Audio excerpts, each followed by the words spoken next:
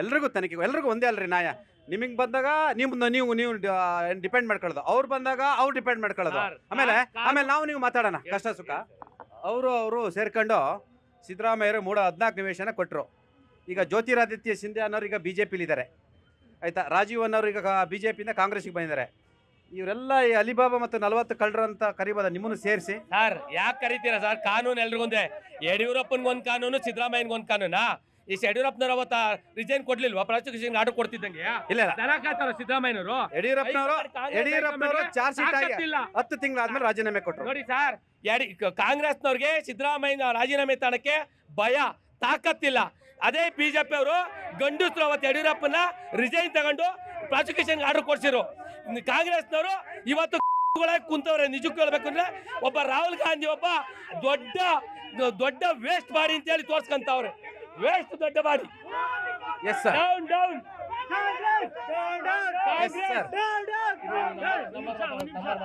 ಈಗ ತಪ್ಪು ಮಾಡ್ರೆ ಎಲ್ಲರೂ ತಪ್ಪಲ್ವಾ? ಕಾಂಗ್ರೆಸ್ ಹೇಳ್ತೀರ ರಾಜಮಾನ ದುರುಪಯೋಗ ಆಗ್ತಾ ಇದೆಯಾ? 100%. ರಾಜ್ಯಪಾಲರು ದುರುಪಯೋಗ ಹೇಳ್ಬೇಕು. ರಾಜ್ಯಪಾಲರು ಇವಾಗ ನೀವು CM ಆಗಕ್ಕೆ ಅರ್ಜಿ ಕೊಟ್ಟಾಗ ನಿಮ್ಮನ್ನ ಗೌರ್ಮೆಂಟ್ ಮಾಡೋ ಮನವಿ ಕೊಟ್ಟಿಲ್ವಾ? ಅವರು ನಿಮ್ಮ ಅಗೇನ್ಸ್ಟ್ ಪ್ರಾಸಿಕ್ಯೂಷನ್ ಮಾತ್ರ ಕೊಟ್ಟಿದ್ದಾರೆ. ನಿಮ್ಗೆ ಏನಾದ್ರು ಗಲ್ ಶಿಕ್ಷೆ ಬರ್ದು ಕೊಟ್ಟವ್ರ? ಇಲ್ಲ ನಿಮಗೆ ಸಜಾ ಬರ್ದು ಕೊಟ್ಟವ್ರ? ಇದೇ ಗವರ್ನರು ಯಡಿಯೂರಪ್ಪನಿಗೆ ಪ್ರಾಸಿಕ್ಯೂಷನ್ ಕೊಟ್ಟಾಗ ನೀವು ಲಾಡು ತಿಂದ್ರಿ. ಇವತ್ತು ಯಾಕೆ ನಿಮ್ಗೆ ಬೆಂಕಿ ಹಚ್ಕೊಬಿಟ್ಟಿದೆ?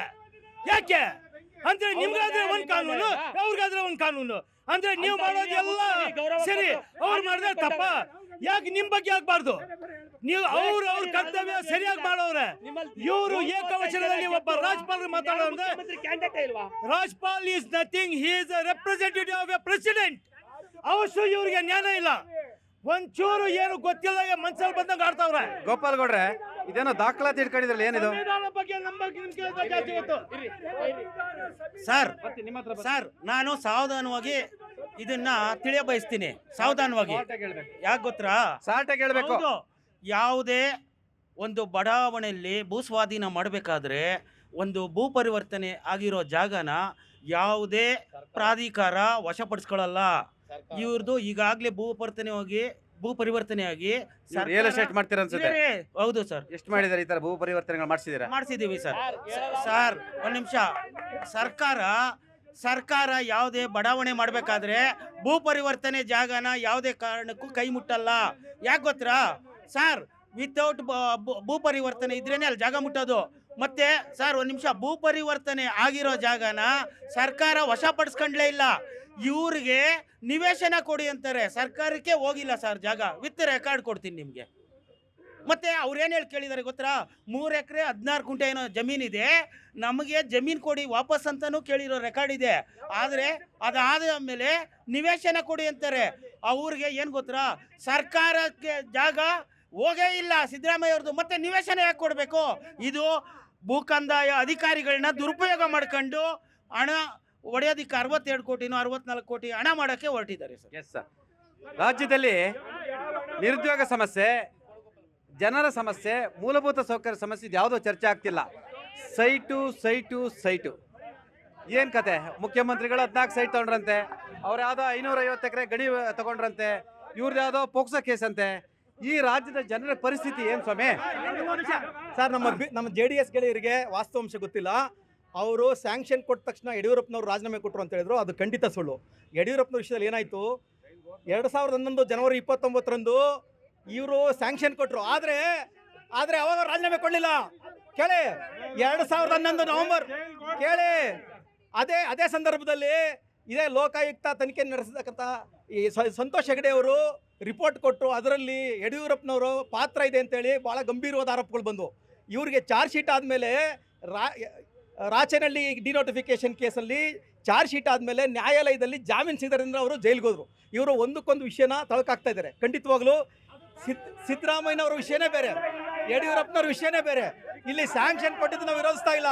ಆದರೆ ಇವರು ಏನು ರಾಜ್ಯಪಾಲರ ಕಚೇರಿಯನ್ನು ದುರುಪಯೋಗ ಪಡಿಸ್ಕೊಂತಾರೆ, ಅದ್ರ ವಿರುದ್ಧ ನಮ್ಮ ಹೋರಾಟ. ರಾಜ್ಯಪಾಲರ ಕಚೇರಿಯನ್ನ ಬಿಜೆಪಿ ಕಚೇರಿಯಾಗಿ ಮಾಡ್ಕೊಂಡ್ರೆ ಅದ್ರ ವಿರುದ್ಧ ನಮ್ಮ ಹೋರಾಟ. ಸರ್, ಯಾಕೆ ಹೋರಾಟ? ತನಿಖೆ ಆಗ್ಲಿ ಸರ್. ಇವರು ನ್ಯಾಯವಾಗಿ ತಗೊಂಡಿದ್ರೆ ಅವ್ರ ಪರವಾಗಿ ಆಗುತ್ತೆ, ಅನ್ಯಾಯವಾಗಿ ತಗೊಂಡ್ರೆ ಶಿಕ್ಷೆ ಆಗುತ್ತೆ, ಚಾರ್ಜ್ ಶೀಟ್ ಆಗುತ್ತೆ. ನೋಡಿ ಸ್ವಾಮಿ, ನಾವು ಇಲ್ಲಿ ಹೋರಾಟ ಮಾಡ್ತಿರೋದು ಇವತ್ತೆಲ್ಲ 60 ವರ್ಷಗಳ ಕಾಲ. ರಾಜಕೀಯವಾಗಿ ಕಾಂಗ್ರೆಸ್ನವರು ನೆಲ ಜಲ ಈ ಜನರಿಗೋಸ್ಕರ ಹೋರಾಟ ಮಾಡ್ತಿದ್ದಾರೆ ಹೊರತು ಇದೇನಾದ್ರು ಇಲ್ಲಿಂದ ಬಳ್ಳಾರಿಗೆ ಪಾದಯಾತ್ರೆ ಮಾಡಿದ್ರೆ ಗಡಿನ ಉಳಿಸ್ಬೇಕಾದ್ರೆ ಪಾದಯಾತ್ರೆ ಮಾಡಿದ್ರೆ ಸಿದ್ದರಾಮಯ್ಯನವರು ಕಾಂಗ್ರೆಸ್ ಸರ್ಕಾರ ಅದು ಹೆಂಗ್ ಗೊತ್ತಾ, ಹಿಂದಿನ ನೀವು 60 ವರ್ಷ ತಗೊಳ್ಳಿ, ಈಗ ಬಂದವರೆಲ್ಲ ಬಿಲ್ಡಿಂಗ್ ನೋಡಿದಿಲ್ಲ ಸ್ವಾಮಿ, ಯಾವ ಜಿಂದಾಲಿಗೆ ವಿರೋಧ ಮಾಡಿದ್ರಿ 1666 ಎಕರೆ ಕೊಡಕ್ಕೆ, ಇದೇ ನೀವೇ ವಿರೋಧ ಮಾಡಿದ್ರಿ. ನೀವೇ ಸ್ವಾಮಿ ಕಿಕ್ ಬ್ಯಾಕ್ ತಗೊಂಡ್ರಿ. ನಿಮ್ಮ ಹಣೆ ಬರ ಗೊತ್ತಿಲ್ವೇನ್ರಿ ಏನ್ ಸರ್? ಯಡಿಯೂರಪ್ಪನವ್ರ ಪ್ರಾಸಿಕ್ಯೂಷನ್ ಕೊಡುವಾಗ ನೀವು ಸುಮ್ಮನಿದ್ರಿ, ಸರಿ ಅಂತ ಹೇಳಿದ್ರಿ. ಈಗ ಕೊಟ್ಟಿದ್ದಾರೆ, ತನಿಖೆ ಎದುರಿಸಿ ಸ್ವಾಮಿ. ನೋಡಿ ಸರ್, ಈಗ ಸಿದ್ದರಾಮಯ್ಯ ಅವ್ರಿಗೆ ಪ್ರಾಸಿಕ್ಯೂಷನ್ ಕೊಟ್ಟಂಗೆ ಕುಮಾರಸ್ವಾಮಿ ಅವರಿಗೆ ಮತ್ತೆ ಶಶಿಕಲಾ ಜೊಲ್ಲೆ ಅವರಿಗೆ ನಿರಾಣಿ ಅವರಿಗೆ ಯಾಕೆ ಸ್ವಾಮಿ ಕೊಡ್ತಾ ಇಲ್ಲ? ಇವರು 40 ಜನ ಕಳ್ಳರಲ್ಲಿ ಅಲಿಬಾಬಾ ಕುಮಾರಸ್ವಾಮಿ 40 ಜನರಲ್ಲಿ 20 ಜನ ಬಿಜೆಪಿ ಅವರು, 20 ಜನ ಜೆಡಿಎಸ್ ಅವರು, 40 ಜನ ಸೇರ್ಕೊಂಡು ಅಲಿಬಾಬಾನ ಹೀರೋ ಮಾಡ್ಕೊಂಡಿದ್ದಾರೆ. ಇಲ್ಲಿ ಪ್ರಾಸಿಕ್ಯೂಷನ್ ವಿಚಾರವಾಗಿ ಬಂದಾಗ ಅವರು ಇವತ್ತು ಪ್ರಾಸಿಕ್ಯೂಷನ್ ವಿಚಾರಕ್ಕೆ ಬಂದಾಗ ಬಿಜೆಪಿ ಜೊತೆ ಸೇರ್ಕೊಂಡಿದ್ದು, ಪ್ರಾಸಿಕ್ಯೂಷನ್ ಹೋದ್ಮೇಲೆ ಅವರು ಬಿಜೆಪಿ ಜೊತೆ ಸೇರ್ಕೊಂಡು ಸೆಂಟ್ರಲ್ ಅಲ್ಲಿ ಮಿನಿಸ್ಟರ್ ಆಗಿ ಕೊಟ್ಟಿದ್ದಾರೆ. ಈಗ ಇವತ್ತು ಎಲ್ಲವೂ ನೋಡಿದಾಗ ಕುಮಾರಸ್ವಾಮಿ ಅವರು ಅಲಿಬಾಬಾ ನ್ಯಾಯವಾದ ಸರ್ಕಾರ ಕೆಟ್ಟ ಹೆಸರು ತರಕ್ ಮಾಡ್ತಾ ಇರೋ ಹುನ್ನಾರ ಇದು. ಕುಮಾರಸ್ವಾಮಿ ಅವರ ಗಣಿ ಗುತ್ತಿಗೆ ಕೊಟ್ಟ ಸಹಿಯನ್ನ ನಕಲಿ ಮಾಡಿದ್ರೆ ಯಾರು ನಕಲಿ ಮಾಡ್ತಾರೆ? ನೀವೇ ಮಾಡಿರ್ಬೇಕು. ಯಾಕಂದ್ರೆ ಕುಮಾರಸ್ವಾಮಿ ಅವರು ಮುಖ್ಯಮಂತ್ರಿ ಆದ ಸಂದರ್ಭದಲ್ಲಿ ಸಹಿ ನಕಲಿ ಆಗಿದೆ ಅಂತ ಹೇಳಿದ್ರೆ ಅದು ಯಾವ ರೀತಿ ಆಯ್ತು? ನನಗೆ ನಿಮ್ಮ ಮೇಲೆ ಡೌಟ್ ಇದೆ. ಕುಮಾರಸ್ವಾಮಿ ಅವ್ರಿಗೆ ಏನ್ ಗೊತ್ತಾ? ಒಂದ್ ನಿಮಿಷ ರೀ. ಕುಮಾರಸ್ವಾಮಿ ಅವ್ರಿಗೆ ಏನಾಗುತ್ತೆ ಗೊತ್ತಾ? ಆರಂಭದಲ್ಲಿ ಹೇಳ್ತಾರೆ ನನ್ನ ಕುಟುಂಬ ಇರೋದು ಬರೀ ನಾನು, ನನ್ನ ಹೆಂಡತಿ, ನನ್ನ ಮಗ, ನನ್ನ ಸೊಸೆ, ಮೊಮ್ಮಗಳು ಅಂತ. ಅದಾದ್ಮೇಲೆ ಹೇಳ್ತಾರೆ ರೇವಣ್ಣ ಅವ್ರ ಮಗನು ನನ್ನ ಮಗ ಇದ್ದಂಗೆ ಅಂತ.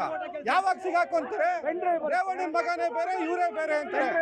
ಈ ಕುಮಾರಸ್ವಾಮಿ ಇದಾರಲ್ಲ, ಈತ ಒಬ್ಬ ನಕಲಿ ಕುಮಾರಸ್ವಾಮಿ. ಇವರೇ ಫೋರ್ಜರಿ ಮಾಡೋದ್ರಲ್ಲಿ ಎಕ್ಸ್ಪರ್ಟು, ದಾಖಲೆಗಳನ್ನ ಸುಟ್ಟಾಕೋದ್ರಲ್ಲಿ ಕುಮಾರಸ್ವಾಮಿ ಎಕ್ಸ್ಪರ್ಟು, ಕೆರೆಗಳನ್ನ ನುಂಗೋದ್ರಲ್ಲಿ ಕುಮಾರಸ್ವಾಮಿ ಅವ್ರ ಕುಟುಂಬ ಎಕ್ಸ್ಪರ್ಟು. ಇವರೆಲ್ಲ KPSC ಹಗರಣ ಮಾಡಿ ಬಂದಂತವ್ರು. ಕುಮಾರಸ್ವಾಮಿನೇ ಎಲ್ಲಾ ದಾಖಲೆಗಳನ್ನ ತಿದ್ದಿ ಇವತ್ತು 2 ಸೀಟ್ ಇಟ್ಕೊಂಡ್ಬಿಟ್ಟು ಕೇಂದ್ರ ಮಂತ್ರಿ ಆಗ್ಬಿಟ್ಟು ಇವತ್ತೇನು ಈ ರಾಜ್ಯಪಾಲರ ಕಚೇರಿಲಿ ಇದೆಯಲ್ಲ, ಆ ಸ್ಯಾಂಕ್ಷನ್ ಕೊಡಬಾರ್ದು ಅಂತಾನೆ ಬಿಜೆಪಿ ಜೊತೆಗೆ ಹೋಗಿರೋದು.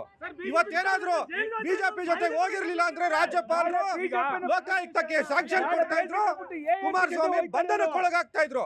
ನಾಳೆ AAP ಅವ್ರ ಅಧಿಕಾರಕ್ಕೆ ಬರ್ತಾರೆ ಅಂದ್ರೆ ಅವ್ರ ಮನೆಗೆ ಹೋಗ್ತಾರೆ. ನಾಳೆ ಇನ್ನೊಬ್ರು ಯಾರು BSP ಜೊತೆಗೆ ಹೋಗಿದ್ರು, BSP ನೇ ಬಿಟ್ಬಿಟ್ರು. ಕೇವಲ ಇವ್ರಿಗೆ ಅಧಿಕಾರ ರಾಜಕಾರಣ ಬಿಟ್ರೆ ಕುಮಾರಸ್ವಾಮಿ ಅವ್ರಿಗೆ ಯಾವ್ದು ಬೇಕಾಗಿಲ್ಲ. ಈಗ ಚರ್ಚೆಗೆ ಬನ್ನಿ.